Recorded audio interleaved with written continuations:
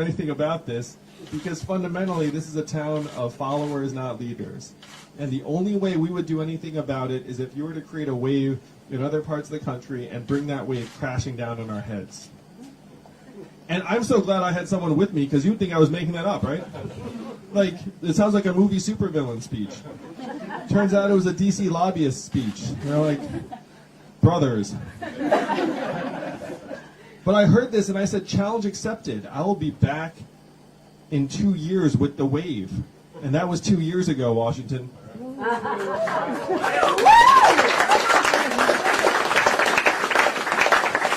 I love campaigning here in Iowa because you are among the most powerful people in our country today.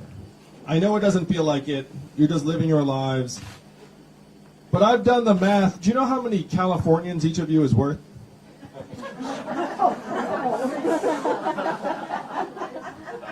1,000 each. What's the fire code here, Lorraine?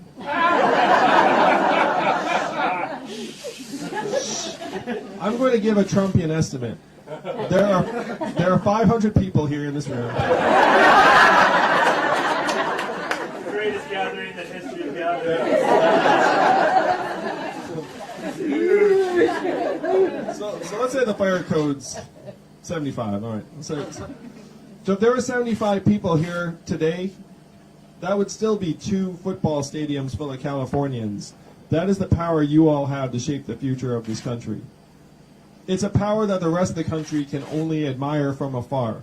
Most of our fellow Americans look up and they see the government as a series of pipes that are clogged full of money, clogged full of lobbyist cash, and they say there's nothing they can do to change it. They are right. There is nothing they can do to change it. That is your power and your power alone to flush the pipes clean. That is the power you have in the next 29 days to help rewrite the rules of the 21st century economy to work for us, to work for you, to work for our families, to work for our people. Now, I know that's a lot of responsibility.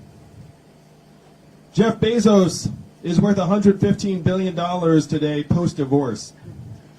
That's not a judgment, it's just a fact. Do we think it's appropriate that his $1 trillion tech company pays 0 in taxes, less than everyone here today? Not at all. I'm going to suggest to you all, that's not Amazon's fault. It's their job to pay as little in taxes as possible. It is our fault that we let it happen. And it is your power to keep it from happening after I'm president. So what does rewriting the rules look like in real life? If you're here today, you heard at some point that there's a man running for president who wants to give everyone $1,000 a month. Remember the first time you heard that? And the first time you heard that, you were like, that's a gimmick, that will never happen, that's too good to be true. I was just, is Kyle here? I was just with one of the recipients of the Freedom Dividend. He skipped us in that school. We've been giving $1,000 a month to families around the country for the last number of months. The thing is, this is not a new idea, and it's not my idea. Thomas Paine was for it at the founding of the country, called it the citizens' dividend for all Americans. Martin Luther King, whose son I had the privilege of meeting with in Atlanta, said that this is what he was fighting for when his father was killed in 1968. A guaranteed minimum income for all Americans. We celebrate Dr. King's birthday every year, and what comes up on our TV screen? I have a dream speech, right? You know what it doesn't say? Every American should have a guaranteed minimum income. But that is what he was fighting for when he was killed.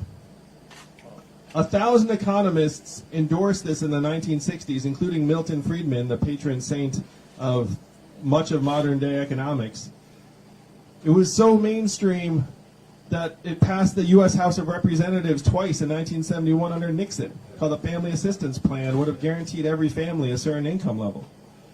And then 11 years later, one state passed a dividend where now everyone in that state gets between $1,000 and $2,000 a year, no questions asked. And what state is that? Alaska. And how does Alaska pay for it? Oil. And what is the oil of the 21st century? Technology.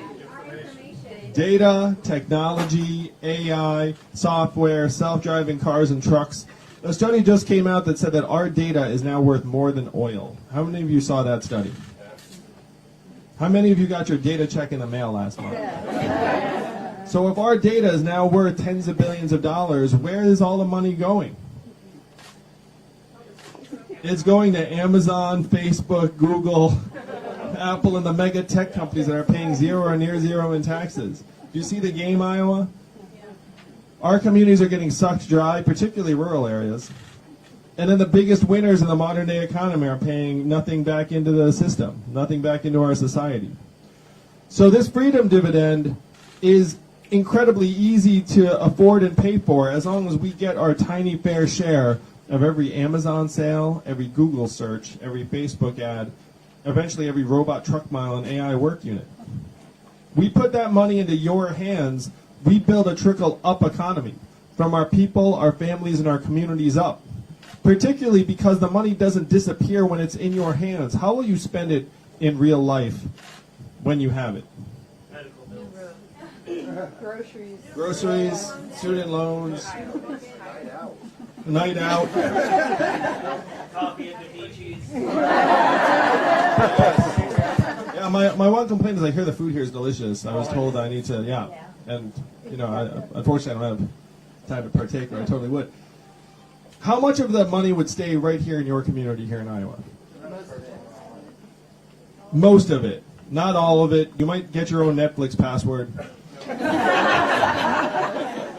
But most of it would stay right here, would go to car repairs you've been putting off, and Little League sign-ups, and daycare expenses, and local nonprofits, and religious organizations.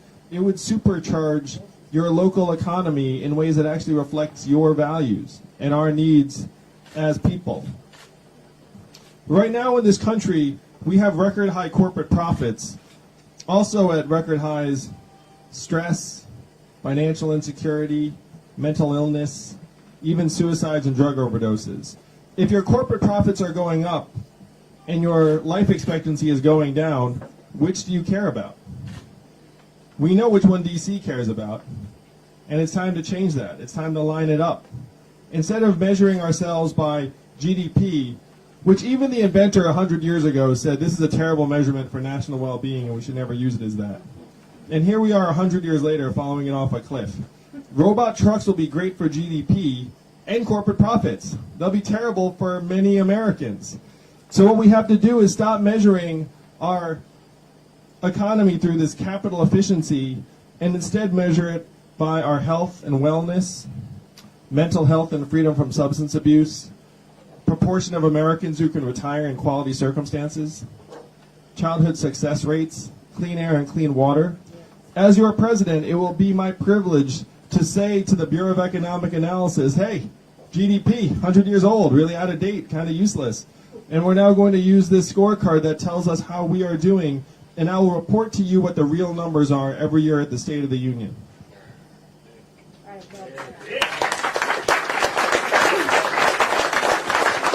I'll be the first president to use a PowerPoint deck at the State of the Union. I know firsthand how messed up our economic measurements are because how much is the work that Evelyn does every day with our two boys, one of whom is autistic, included in our economic measurements at the end of every day, every month, every year? Zero. And we know that's nonsense. We know the work she's doing is among the most challenging and important work that anyone will ever do. And it's not just Evelyn and stay-at-home parents around the country. It's caregivers who are taking care of aging loved ones. It's nurturers. It's volunteers. It's coaches. It's mentors. It's artists increasingly because you can see that art is getting zeroed out in various ways. It's local journalism. Over 2,000 local newspapers have gone out of business in the last number of years because all the advertising revenue went up to the internet. And now we have thousands of communities that are local news deserts. You know what doesn't function as well when you don't have local news? Democracy. Because how the heck can you make informed decisions about what's going on in your community if there's no local paper? These are the things that we claim to value most highly in our lives. And yet the market is zeroing them out one by one. That is what you all have to change in 29 days. And when I talked to Evelyn about this campaign 2 years ago, she asked, how the heck could an idea that was so mainstream 50 years ago seem so far out and require the futurist Asian man to champion now in 2020. And I said to her that somewhere over the last 50 years, our country has been collectively brainwashed to confuse economic value and human value. That what the market says we are worth is what we are worth. If the market says you are valueless, then you have no value. That's how you have otherwise very good people saying that hundreds of thousands of coal miners should learn how to code, even though that makes no sense at all. The only reason why you would say that is if you thought that market value and human value were the same things, and you said, well, if the market thinks you have no value anymore, then we're going to have to turn you into something that does. And if we can't do that, then you're out of luck.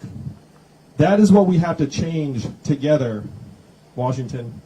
Because if we keep up on this race, we are all going to lose in a catastrophic way. And it's going to be even worse for our kids. Right now, if you were born, well, not right now, but if you were born in the 1940s in the United States of America, first, congratulations, because that's pretty good already. It's like, yeah, it's already a pretty good run.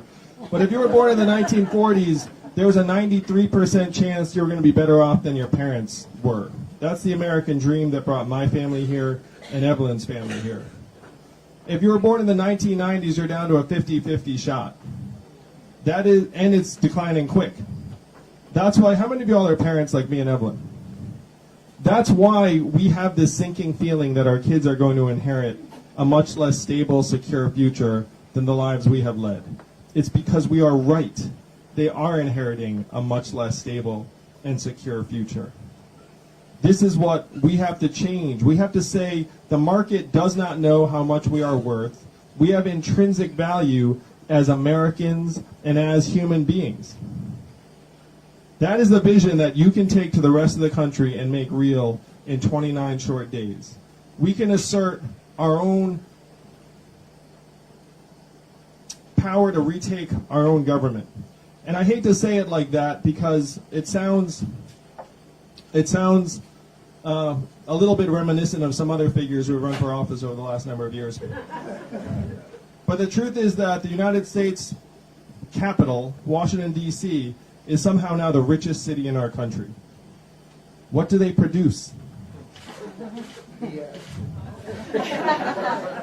Whatever they produce, business is good. It's a little too good, Iowa. We have to get a hold of the government and let them know it's still ours. It's still our country. We need you to caucus for this vision in 29 days.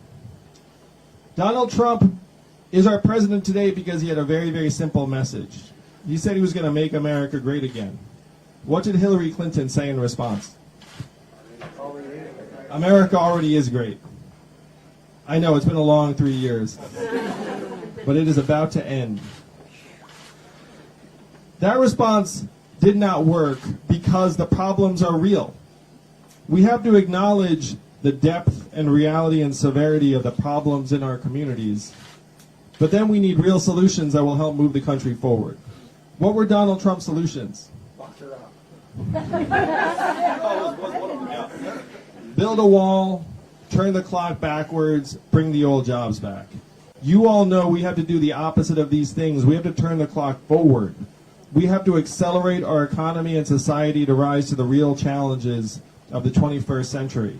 We have to evolve in the way we think about ourselves and our work and our value. I am the ideal candidate for this job because the opposite of Donald Trump is an Asian man who likes math. Thank you all very much.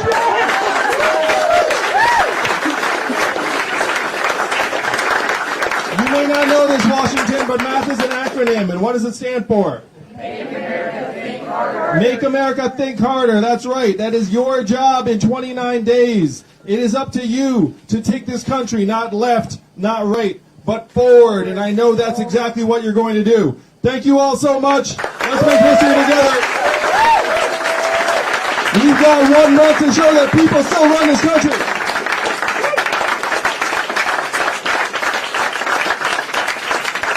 And now I think I actually get some time for some questions, which makes me very happy. So, Miss. Yeah, please do. I'll even pass you the mic. Look at that. Oh, wait, is it wired? It's okay. Hi, Andrew. I'm Ann. And I know you like math and science and engineering, and I was a teacher for 20 years. One of my children studied math in college, one studied engineering. But I'm also an atheist voter, and I think secular humanists will really respond to this slogan here, and I'm happy about that. My question for today is, as president, what specifically will you do to strengthen science education, including evolution, in our public schools? Well, first, let's give Ann a round of applause for all the work she's done. What level of science did you teach? I taught 8th grade through college. Wow, that's a lot of grade levels.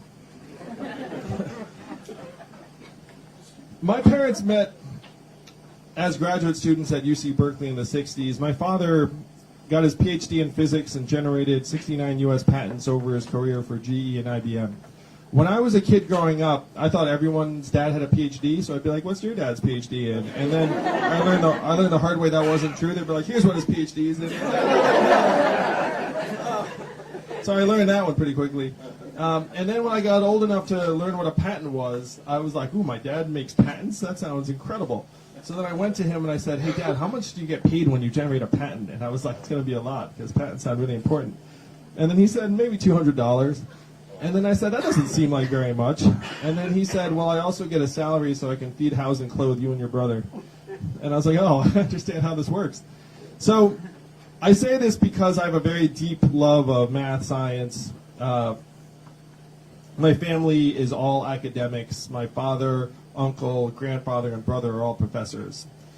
I'm kind of the educational black sheep of the family, honestly. They were like, well, they were like, where's your PhD? So we have to do everything we can to strengthen math, science, and education across the board. So I'm going to speak at first to K through 12 education. Number one, we need to pay teachers more.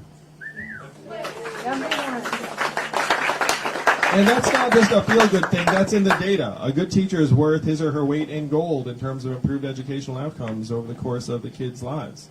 Number two, we need to get more teachers into schools and not have it so that you have this 25 or 30 student-to-teacher ratio. Number three, we need to lighten up on the standardized tests. Did you know that we invented the SAT during World War II as a means to identify which kids we did not want to send to the front lines? How dark is that? And now we treat our kids like every year is wartime. It's distorting teacher behavior. We need to pay teachers more and then let teachers do what they think is right for our kids. Now, specifically in STEM fields, we should be investing much more in trying to help kids learn science, technology, engineering, math, and I would throw an A in there, which is arts. It's really STEAM.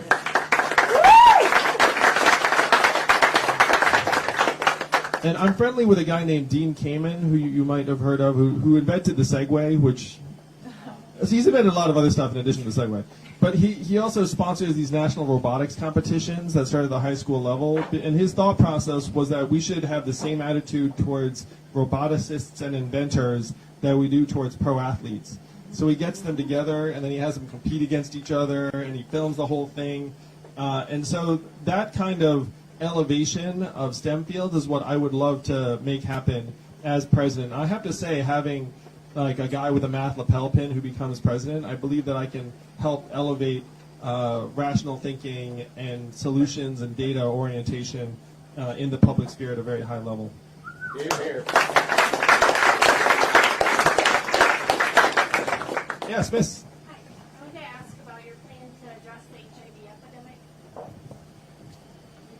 So the question is how to address the HIV epidemic. We have to do more, particularly because there are certain populations that are much more adversely affected by the HIV epidemic. And the HIV epidemic, as we all know, has been hand in hand with the substance abuse epidemic in many of our communities. 8 Americans are dying of drug overdoses every hour in our country. And that's not an accident, unfortunately. It's a disease of hyper-capitalism run amok because certain drug companies profited to the tune of tens of billions of dollars and turned hundreds of thousands of our family members, friends, and relatives into people who are struggling with substance abuse. Because the government was so negligent and delinquent in terms of the spreading of the substance abuse problem, then we should own it and say, look, we're going to put the resources to work in our communities to help people get strong and healthy.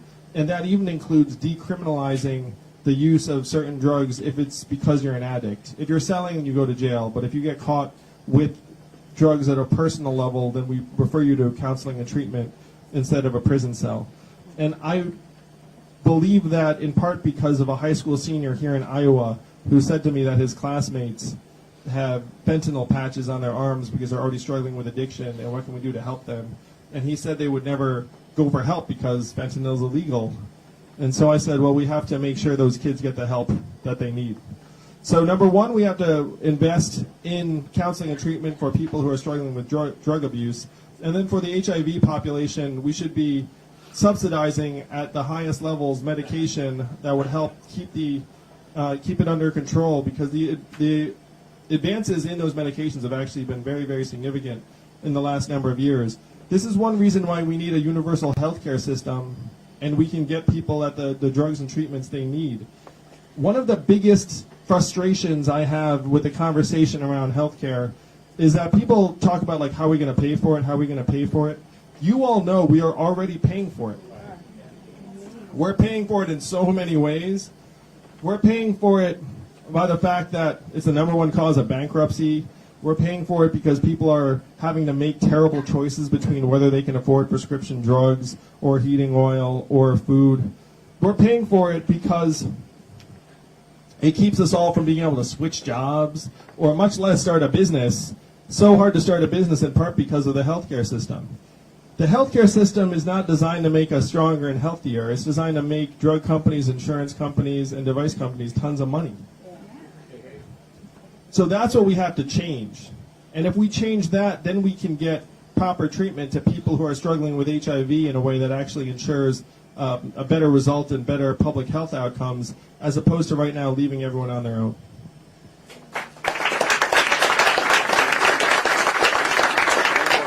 One more question. Wow. Well, sure, you can be first time. As a high school student, I am tired of going to school and fearing for my life and wondering if I'm going to get shot in class. What are you going to do to protect us?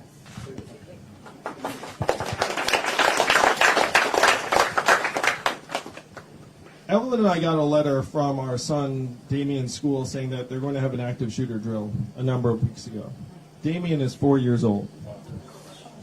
So I looked at the studies. I tried to find any data that showed that active shooter drills saved lives. I could find nothing. I then looked for data to see whether active shooter drills cause stress, anxiety, confusion, and problems for kids and families. And then I found a giant stack. So to me, it should not be required for schools and communities to have these drills unless the communities and the parents elect to do so. So that's number one, as a parent. We do have a gun violence epidemic in this country, and we have to attack it at every level. So the obvious place to start is breaking the stranglehold of the NRA and break the back of the gun lobby and try and pass common sense gun safety laws that the vast majority of Americans agree with.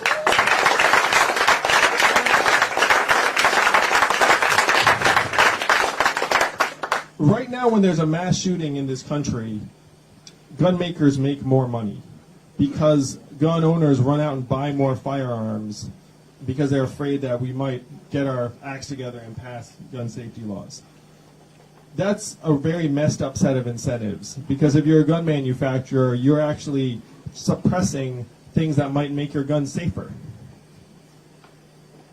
I would fine gun manufacturers every time their product is used in a crime that kills an American, and then you would change incentives for these gun manufacturers very quickly. That's a very big move, but we have to try and attack this at every level. I would have a perpetual gun buyback in effect so that anyone who wanted to sell their gun could sell it to the government, try and decrease the supply over time. I would also offer a complimentary upgrade to a signature gun that only the owner can fire because of the size of their hand and the palm print. like a James Bond gun, essentially. And many gun owners are parents, so they would like it, and it would be safer, so if their kid gets a hold of it, then it's not lethal anymore. The guns are the place to start, but if you look at the chain of events that leads to gun violence, almost 2/3 of gun deaths are suicides. We all know if we had a self-destruct button on our bodies, we would have pressed it at some point because of a moment of guilt or shame or humiliation, and then the moment passes and we're like, oh, sure glad I don't have a self-destruct button. Gun owners, unfortunately, sometimes make a tragic, irrevocable choice that they would have regretted a moment later, and it changes their families and changes their life, ends their life, and changes their families' lives forever. So it's not just the guns themselves. We should be looking at making our families stronger, our schools stronger. And we have a special needs son. If you look at the numbers, over 96% of the shooters are boys and young men. And there is a problem in this country turning boys into strong, healthy young men. And that's one of the main causes of gun violence. It's one reason why we need to invest much more in our schools and in our communities. We have to attack the gun violence epidemic at every stage, starting with the guns, but also digging deep into our communities to see how we can make our people stronger.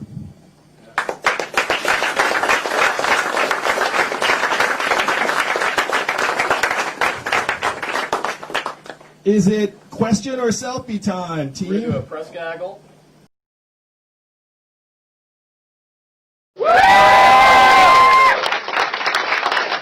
And this is in large part because this campaign is attracting not just Democrats and progressives, but it's attracting independents, libertarians, people who voted for Donald Trump. Yeah, let's give them a round of applause because they're heavy hits. We can build a much broader coalition than any of the other candidates in the field. Now, Donald Trump's our president because he got some of the problems right, but his solutions were the opposite of what we need. What were his solutions? We're going to build a wall, we're going to turn the clock backwards, we're going to bring the old jobs back. We have to do the opposite of all these things, Manchester. We have to turn the clock forward. We have to accelerate our economy and society as quickly as possible. We have to evolve in how we see ourselves and work and value. And I am the ideal candidate for that job because the opposite of Donald Trump is an Asian man who likes math. Thank you, Manchester. Make America think harder. And it's up to you. It's up to you to tell the rest of the country it's not left, it's not right, it's forward. And that is where we're going to go together. Thank you all so much. I love you all. And now, because there are only 99 of us in this arcade, I would love to take some questions. So, go ahead and raise your hand if you've got questions for me. Hey. How do you keep companies from moving out of the United States if you are taxing them for the freedom dividend? So this is not going to be an issue because other countries are ahead of us in figuring out how to have companies like Amazon not pay zero in taxes. So my plan is using a mechanism that's already been adopted in most other developed economies. There are two reasons why Amazon can't be like, we got to get out of the U.S. because they're taxing us. Number one, I'm taxing them when they sell to us, and we are still the biggest market in the world, so you can't abandon that. Like, you're not going to not sell to someone because you have to pay a little toll. And number two, the mechanism I'm suggesting is already in place in these other countries, so if you go there, it's already there waiting for you. In a way, we just have to play catch-up. It is embarrassing how behind we are in terms of taxing these companies, because these sophisticated tech companies, they just move it all through Ireland. They say no profits to see here. They pay their executives in stock options and stock compensation that they can then take as an expense. So this mechanism, I'm happy to say, will not cause anyone to leave because we're still the richest, most advanced economy in the world. They need to sell to us. Thank you. Thank you. Here you go.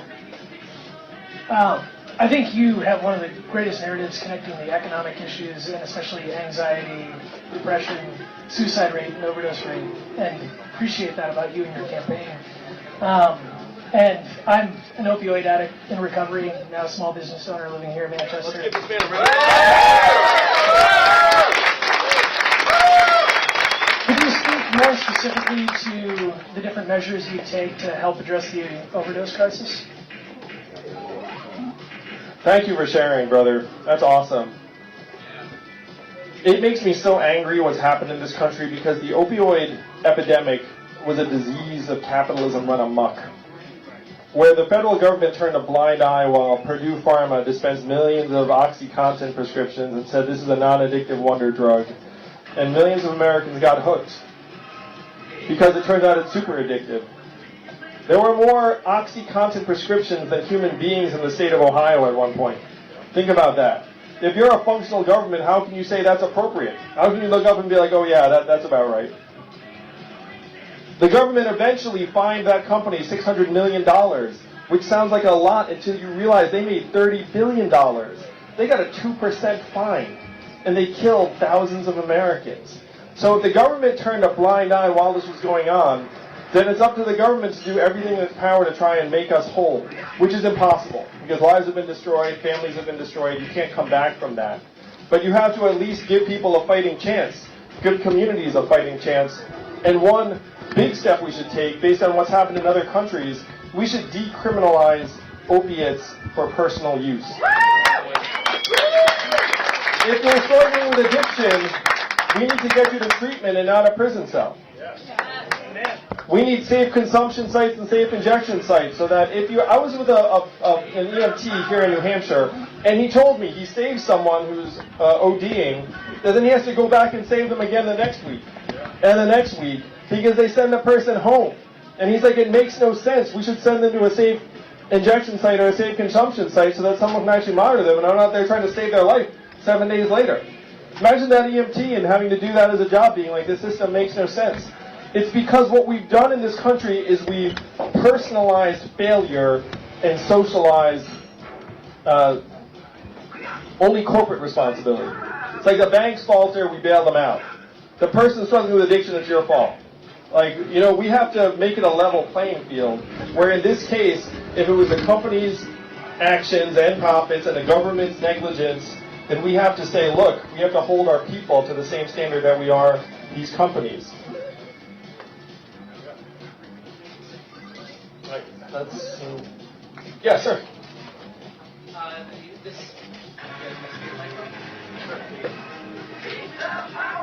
One thing I've noticed that's getting worse is the spread of misinformation, especially by Fox News, Tucker Carlson, Sean Hannity. Ronald Reagan repealed the Fairness Doctrine, which kept news organizations from presenting the facts, and now they're keeping from pushing propaganda. I haven't heard anyone take a position on what they can do to bring the Fairness Doctrine back and try to keep this spread of misinformation from being pushed out by major news organizations. Thank you for the question. It's really perceptive. I've got a multi-part plan on journalism because I think this is fundamental. If you believe in democracy, you have to believe in local journalism in particular.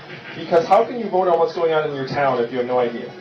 And studies have shown that it's the case. If you don't have a local paper, then everyone votes along party lines, and the government's just like, well, no one knows what we're doing, so we're just going to do what we want.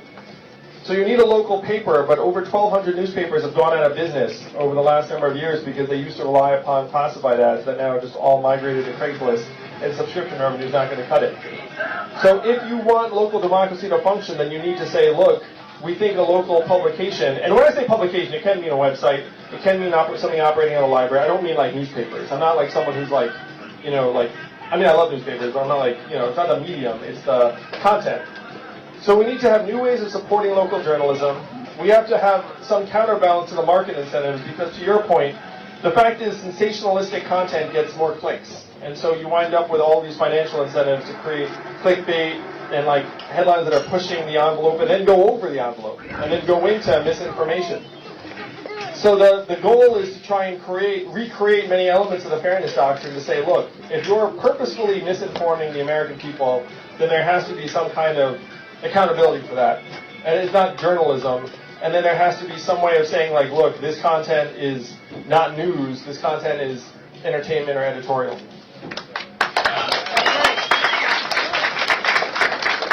Yeah, it's a fundamental problem. The information silos and the misinformation, and this is before deepfakes started hitting the web, where they can show videos of us doing whatever the heck, and they're indistinguishable from real videos. I mean, we have very, very big steps to take. Yeah. As a student entering college next fall, I'm just wondering what your plan is for dealing with like student loans and paying for college. Why has college gotten 2.5 times more expensive than when I went? Has it gotten 2.5 times better? Are you going to step into some paradise when you show up in the fall? So there are two main reasons it's gotten so expensive. Number one, states have cut back on the financial support. So that's not good. The second, though, the bigger problem is that they've become very, very bloated in terms of bureaucracies and administrators. Now, I'm for forgiving a lot of the student loan debt. But I don't think free college is the answer to everything, because only 33% of Americans attend college. And so we have to try and help 100% of Americans. So for someone like you who's entering college, I want to get the cost of college down by saying to schools, look, your costs have to be tied to the number of students, and if you're hiring administrators right and left, then we have to actually create an incentive for you to, or a penalty for you to get that down. For you, you'd get $1,000 a month from the freedom dividend, so that's going to help pay for school. And then, for people who aren't going to go to college, I want to invest massive resources in technical vocational apprenticeship training to try and create paths forward that aren't 4-year degrees. Right now, only 6% of American high school students are in technical or vocational apprenticeship. Do you know what that percentage is in Germany? 59%. Think of that gulf. 6%, 59%. And when you talk about jobs that are going to be here for a long time, they include a lot of these kinds of technical jobs. Can you imagine what it would take to make a robot plumber? Essentially impossible. You gotta get a human plumber. And there are a lot of those jobs that will be here for a long time. They're high paying, high satisfaction levels. So we need to create diverse opportunities for people both going to college and not. Where are you going to school? No, I'm next year. I'm still a senior. Are you still a senior, so you're fine? Yes.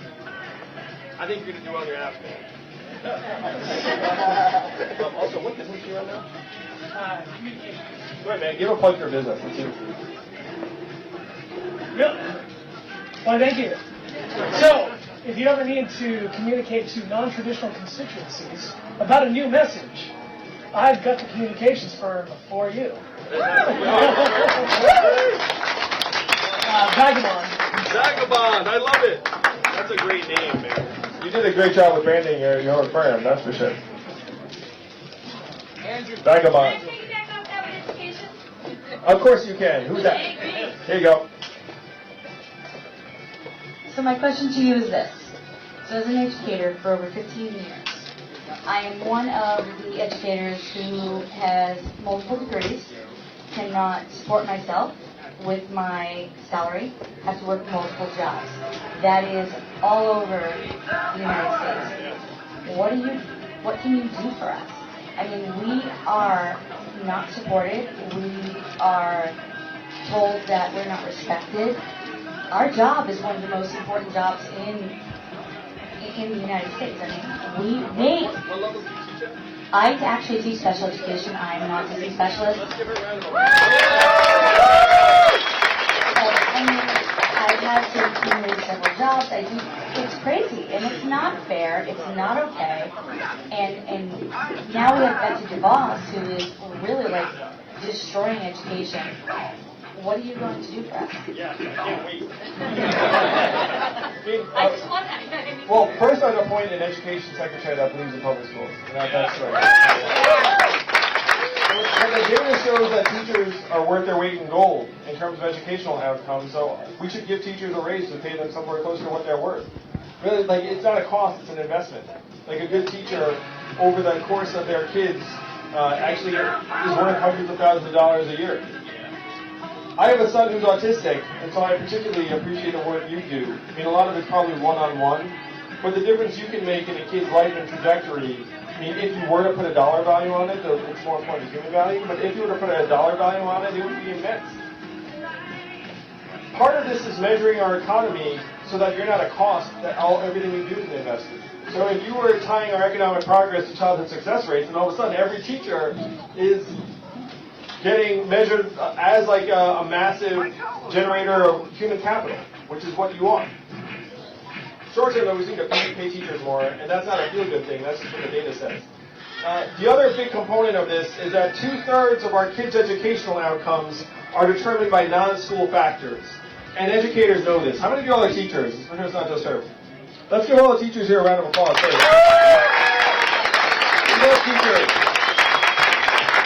I'm willing to bet that all teachers know that their work in the classroom accounts for not the entire kid's performance. The data shows that 2/3 of the kid's performance is happening outside of school. That's parental time, number of words read to the kid when they're young, stress levels in the house, type of neighborhood. These are variables that account for 2/3 of the kid's academic performance. We're asking our teachers to be miracle workers, where we say, educate our kids, you're 100% responsible, but you can only control 1/3 of it. And a significant number of the kids that are showing up to your classroom are actually totally not ready to learn. But you'll make magic. It's unfair to teachers, it's unfair to the kids. So what we need to do is we need to get resources into the homes and families. We have to get to the other 65% of that kid's learning potential. And the way to do that is to get resources to the family so that one of the parents or both of them can spend more time with the child, the stress levels go down, the house then is filled with a better learning environment. There's a trait called conscientiousness in kids that's one of the most positive correlations to adult success. If you're conscientious, then you're going to do well. And households that are well-structured reward conscientiousness.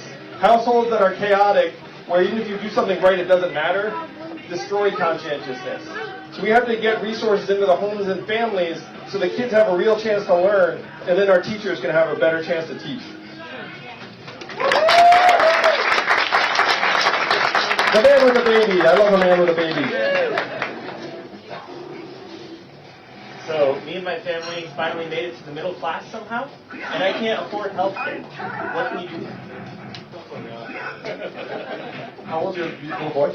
He just turned 1. He's beautiful! Yay! Oh, look at that. He likes video games. Oh, Just like mine.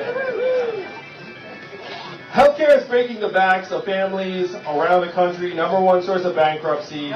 And as usual, it's a system that revolves around the almighty dollar. Right now the incentives are to generate revenue at our expense and not necessarily to make us healthier. You notice how healthcare costs and drug costs only go in one direction? Up? What kind of business model is that? Where they literally just be like, hey, how are we going to make more money next year? Just like raise the prices. And then we just keep on hitting up and up and up. We're at 18% of GDP. We spend twice as much as other developed countries for worse results. Who's making out? The drug companies, the device companies, the private insurance companies. Who's suffering? Dads. Like, what's your name? Ben. Dads like Ben and this little boy who are like, how the heck do we pay for health care? We have to get health care off the backs of our families and businesses. So I'm for Medicare for all, a public health care plan that would provide affordable health care to every American independent of work. And the big confusion around this is somehow, again, we don't have the money for it. We're spending twice as much as other countries. There is so much waste in the system. If we have a government that actually can negotiate lower prices and higher access on behalf of tens of millions of Americans, you can get reasonable health care just like that. Other countries have done it. We can too. There's nothing stopping us. You know what's stopping us? Popular will. If enough of us get together and make this case to the American people, then Ben and his son and his wife won't have to worry about this anymore. You shouldn't have to worry about this, man. You just be enjoying playing with your kid instead of being stressed out about healthcare costs. Thank you.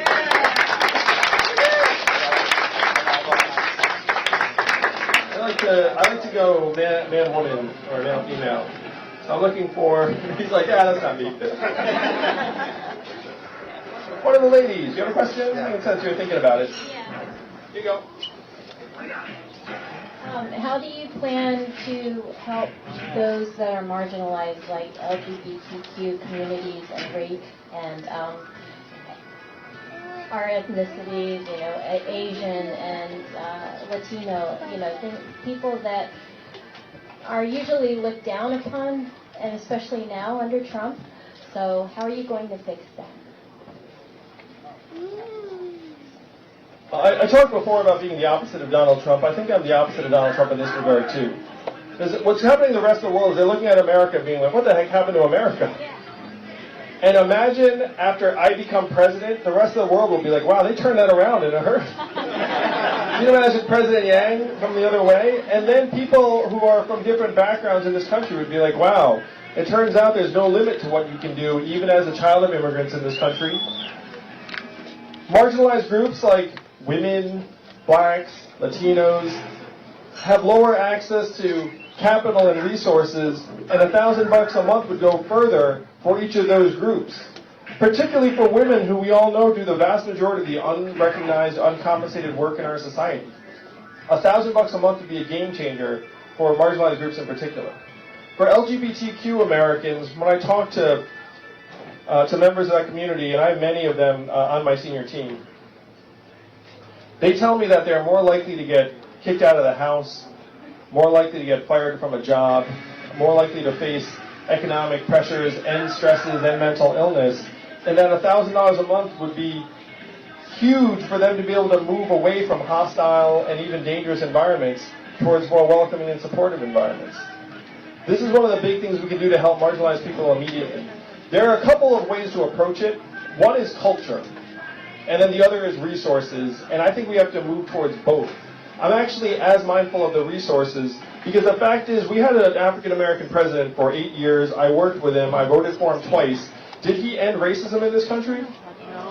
No.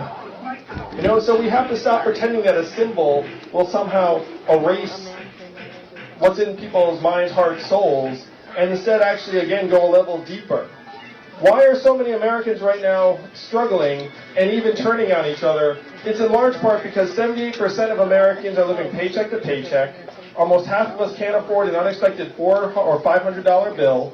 And the studies show that if you can't pay your bills, you have your head down, you're focused day to day and month to month, and it reduces your mental bandwidth by 13 IQ points or 1 standard deviation. The same studies show that if you have this mindset of scarcity, you're more subject to bad ideas, bad leadership, more hostile, your decision-making erodes. This is what's happening to our country right now. We have this boot on our throats, and it's turning us against each other. If we get the boot off of our throats, then people will have a more open, generous, optimistic, and less alienating view towards each other.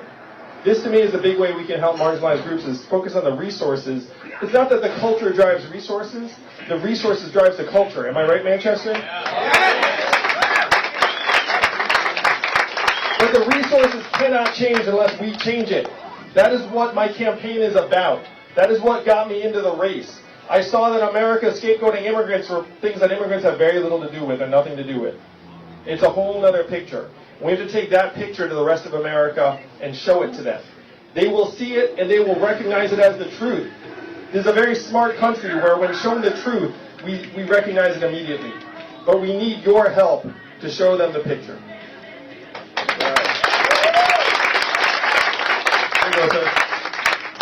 Thank you. Great to be here, enjoying what you're saying. Again, sort of thing I wouldn't like to see happen. My question for you is, all these wonderful ideas and plans, how are they going to get through powerful lobbies in Congress who are going to fight a lot of these ideas with everything they have? I love this question so much. And I want to thank my son Zach for telling me to bring him here.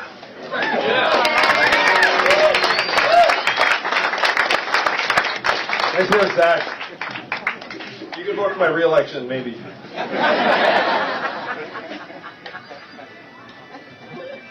Right now, most Americans look up and they have given up on our government because they look up and they see these pipes clogged with money, millions of dollars, just plugging it up, all the corporate lobbying money. They're generally right that it's going to be almost impossible to flush those pipes out. It's going to take people like you to flush those pipes out. This is one of the only places in the country where democracy actually works the way it's intended, where your vote is powerful and matters. Now the question is, after I get in to the White House, I want you all to imagine this picture. It's going to be so glorious. I can see it clear as day because it's going to happen. Check it out. Here's the steps. It's so fun. All right. So IRA, we outperform expectations. And essentially anything I do is going to outperform expectations because people are still like, it's like, oh. So when I go in there and I beat like a couple of credible candidates, it's like, oh, I was okay. I come here to New Hampshire and we shock the world. Because New Hampshire, New Hampshire is an open primary. Anyone can vote in the Democratic primary. So if you are a Republican, who are you going to participate in? Donald Trump stomping William Weld? Or the Democratic race, which is much more interesting? You're going to come over, you vote for Andrew Yang.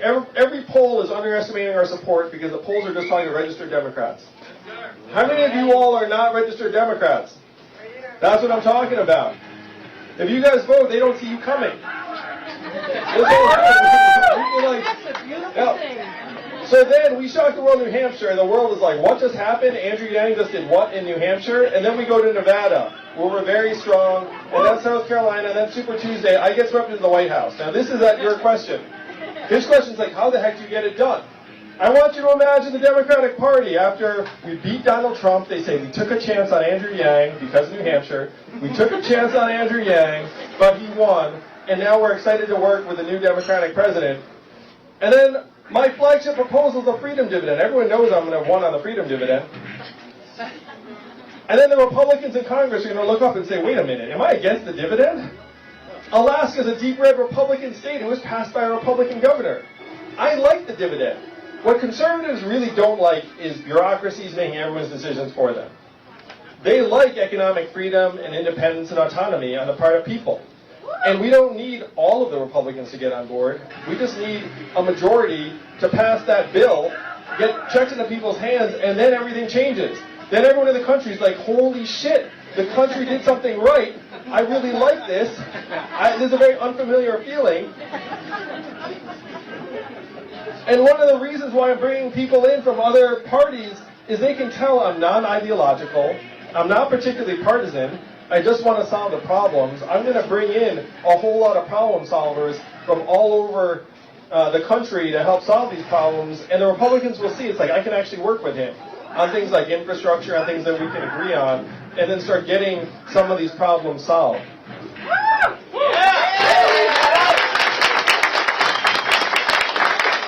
I am the change agent we need, and we've done this. We raised $10 million last quarter, zero corporate tax dollars.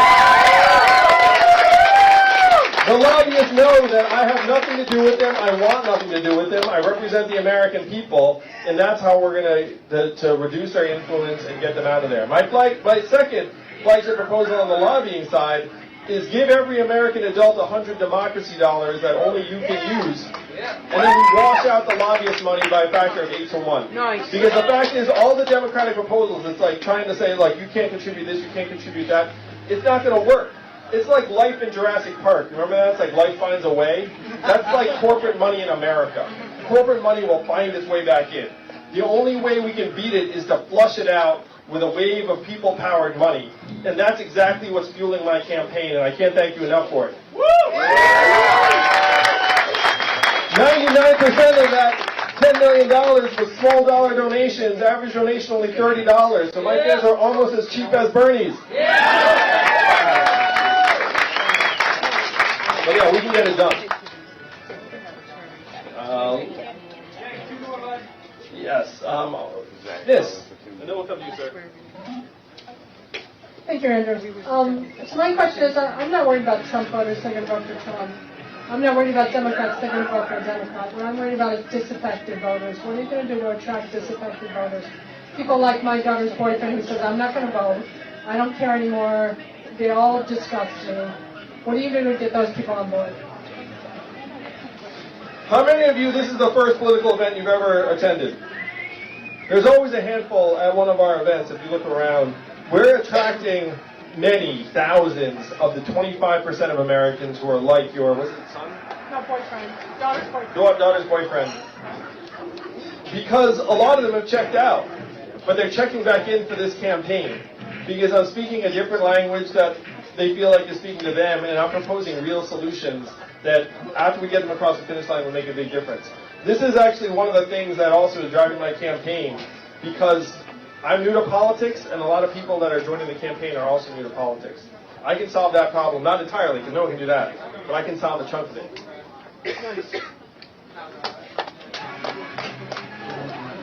What do you, I'm a 34-year-old, been doing trucking 34 years, and what's your proposal on fixing the industry?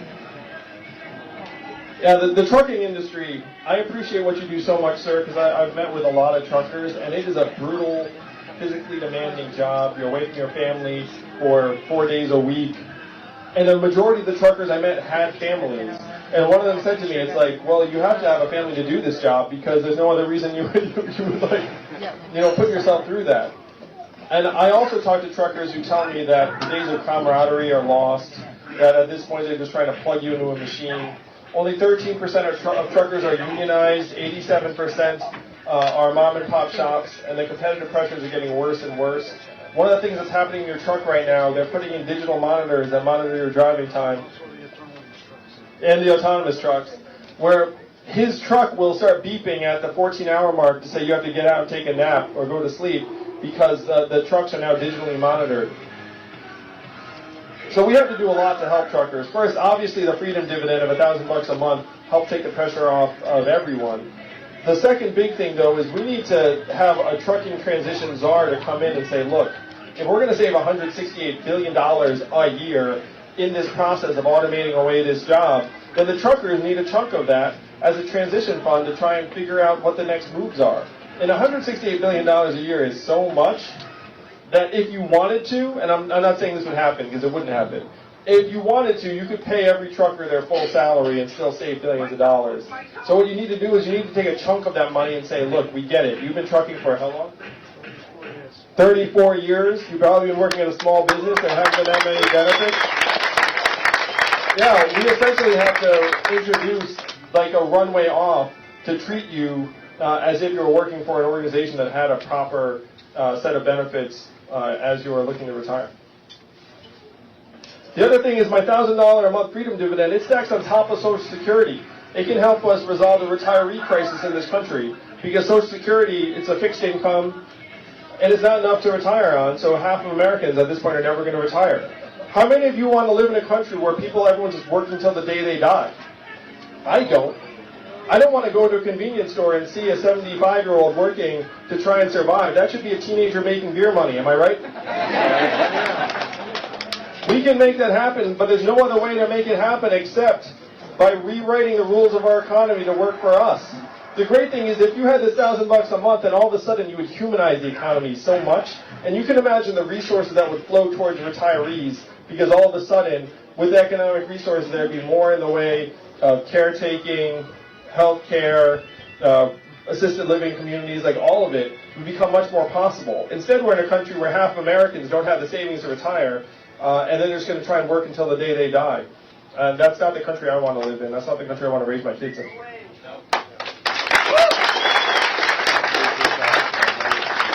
All right, Manchester, one more just because I love you all. It's going to be him because he seems so enthusiastic. Thanks, sir. I appreciate it. So I stream on Twitch, and I talk to a lot of progressives there. And the one question they have is, I know you talked about this with Social Security. Can you tell us comprehensively what the freedom dividend stacks with, and whether somebody who's made the choice to take it can exchange it out for other benefits?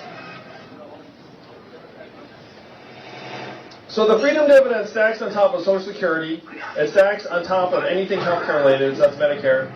It stacks on top of housing assistance because many of those people have been waiting literally for years and years to try and get affordable housing, and then affordable housing would consume most of the freedom dividend. The things it does not stack on top of are essentially cash and cash-like benefits. So this is SNAP, heating oil, other programs that are essentially trying to put cash in your hands to manage an expense.